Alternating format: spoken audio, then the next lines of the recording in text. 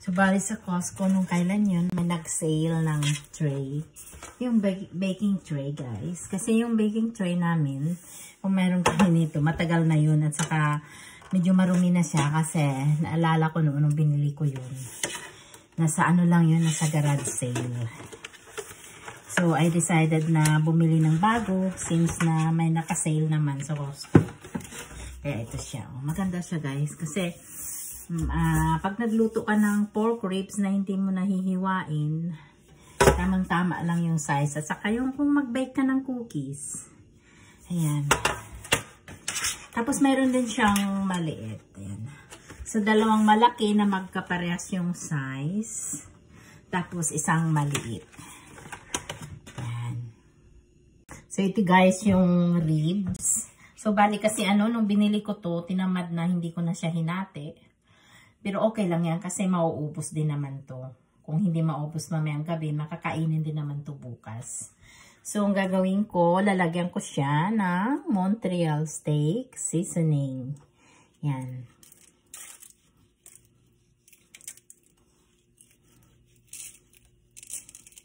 Masarap kasi to guys, pag ganihin. Tapos,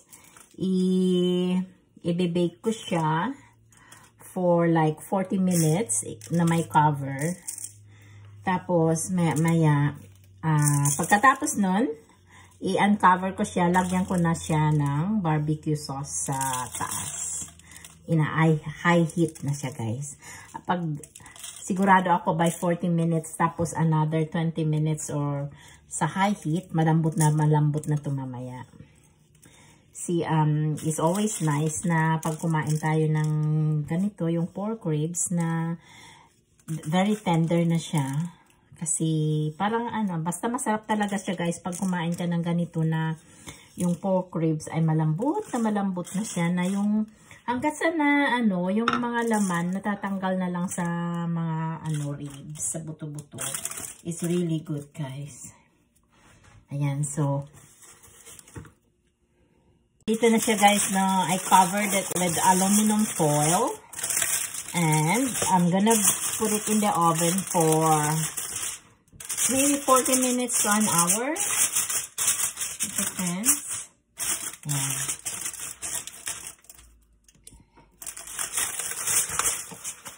So, ko na preheat ko na yung oven ko. Ayan guys. Ayan na yung oven natin. Ayan. May nakasampay. May sinampay ang ating oven. Subuksan natin siya. Ayan.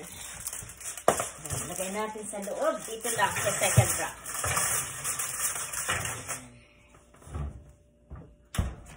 Tapos, set natin yung timer. Ayan.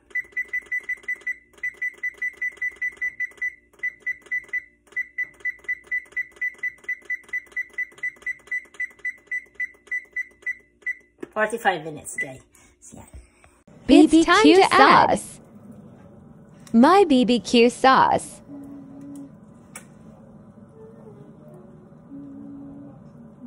Let's try to spread it evenly.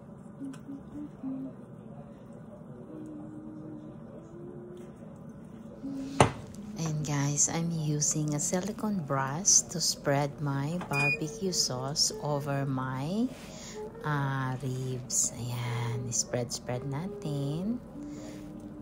Ayan.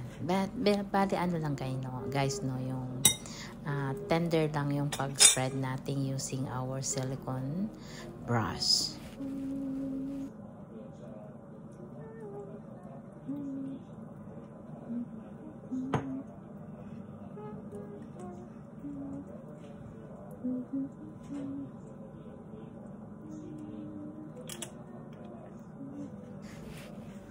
So, after natin ma-spread yung barbecue sauce, ipabalik natin siya sa oven for another 20 to 30 minutes. At saka ito na guys, ang finished product ng ating barbecue ribs. Ayan.